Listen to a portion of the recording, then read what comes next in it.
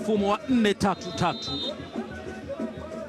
Hana mshambuliaji asilia, akianza na Elim Panzu Kibisawala, Libasa Gena, Anse Ura wakitokea pembeni.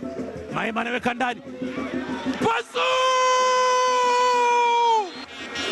chini ya dakika 8 alianza mpira ambao ulikuwa kama masala hivi, akaanika tu nguo asijue la kufanya Amos Kadikilo, lakini ikawekwa ndani, kaenda kukaa pembeni kabisa kule, hakuwa na nafasi Yona Geoffrey Amos.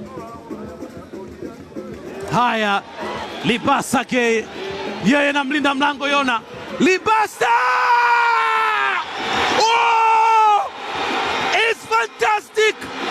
Anamuinua Steve Becker akiwa na energy ya maana, akamwambia chukua hiyo kama unaweza. Amos Yona akamwambia hapana, hii sasa ni ya viwango vya tofauti. Aliishia kulala chini mithili ya mtu